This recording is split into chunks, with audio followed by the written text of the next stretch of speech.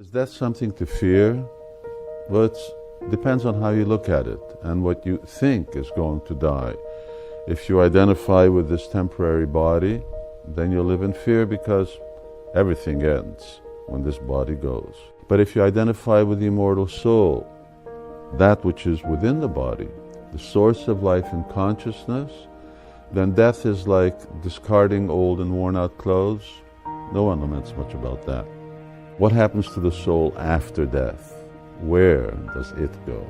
And that's a long story, but where you go is up to you, in short. It's for you to decide. You have that free will. How you live your present life will determine the future. And basically, that's called karma. It's the subtle form of Newton's law of action and reaction. For every action, there's an equal and opposite reaction. If you live according to God's laws, then you get a good result, a better destination after death. But if you live according to your whims, ignoring nature's laws, you get a bad destination. And that's something to fear. How does being a calf on the way to the slaughterhouse sound? Pretty fearful.